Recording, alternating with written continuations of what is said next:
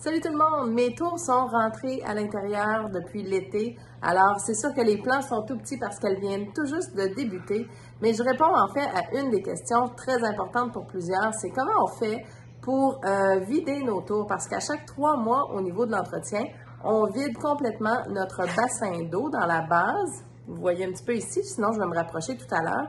Et on doit vider l'eau. Ça, on fait ça parce que, dans le fond, chacune des plantes qu'on a dans nos tours ne va pas consommer exactement les mêmes nutriments dans les nutriments qu'on ajoute. Alors, au bout de 3 mois, c'est possible que les nutriments soient un peu déstabilisés. Alors, c'est pour ça, pour donner vraiment un petit coup de pep à nos plantes, qu'on va changer l'eau à chaque 3 mois. La méthode officielle qui est proposée par Tower Garden, c'est d'utiliser ce fameux tuyau. S'il y en a qui ne savaient pas à quoi ça sert à vider les tours. Alors, ce qui est proposé par Tower Garden, c'est de retirer le chapeau de lumière et d'aller brancher ça sur le dessus à l'endroit où l'eau pompe et on fait tout simplement vider dans une chaudière.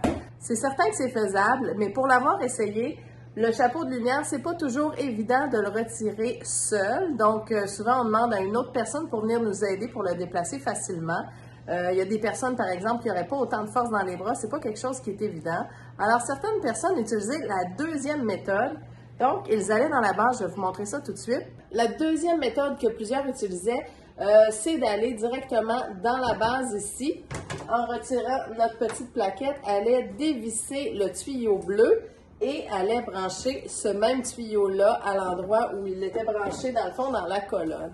C'était pas évident. Je vous montre la grosseur du trou ici. C'est pas évident de manipuler là-dedans. Donc, c'est pas une méthode que je privilégie non plus. Une autre méthode très, très simple, c'était de laisser baisser notre eau au bout de 2 semaines et demie pour que les plantes consomment au maximum. C'est sûr qu'il ne fallait pas descendre en dessous du niveau de la pompe parce que là, ça pourrait la briser. Et aller prendre tout simplement une petite cope pour aller vider le fond de l'eau. C'est sûr que c'est beaucoup plus long. Alors, je vais vous proposer la méthode ultime que j'ai découvert qui va vraiment vous faciliter. C'est sûr que ça prend un petit achat, mais je pense que ça vaut la peine de faire cet achat-là.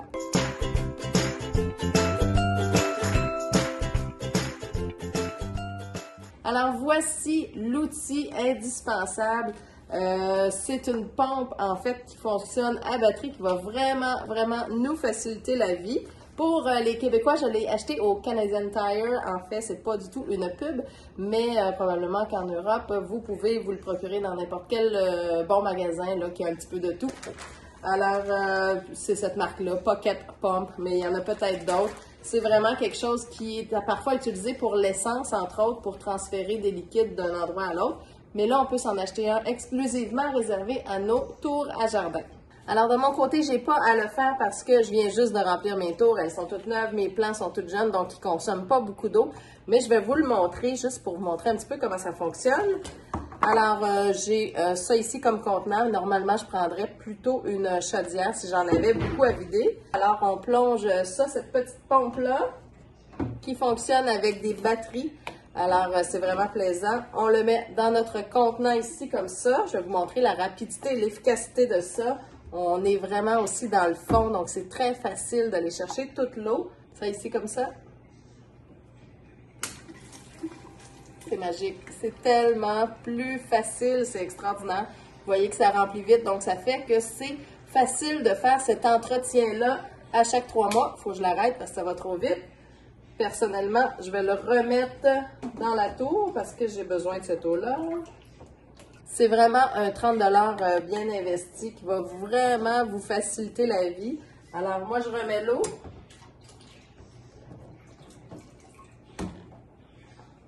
Alors ça, c'était vraiment un problème. Les gens trouvaient ça pas nécessairement facile. Alors, je viens de vous donner la solution facile. C'est cette petite Pocket Pump. Voilà, c'est peut-être à l'envers. Il y en a sûrement d'autres marques, je ne le sais pas, mais moi, je me suis procuré ça et c'est vraiment génial. C'est vraiment facilitant quand vient le temps de changer notre eau.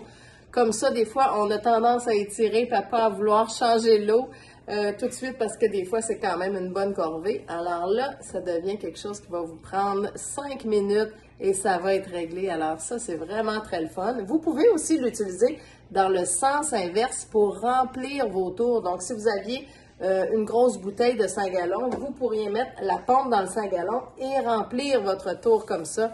Donc, c'est vraiment un outil primordial à avoir qui est vraiment très intéressant pour compléter nos tours à jardin. S'il y en a qui sont intéressés à en savoir plus sur les tours, vous voulez vous commander votre tour, je vous invite à consulter les vidéos qui sont juste ici. Si vous n'êtes pas abonné à la chaîne, abonnez-vous. On se retrouve la semaine prochaine pour une nouvelle capsule. Écoute, touch up, bye tout le And tell me what's wrong and why you never said you felt that way. And guess you're trying to stay strong and fake a smile until I look away.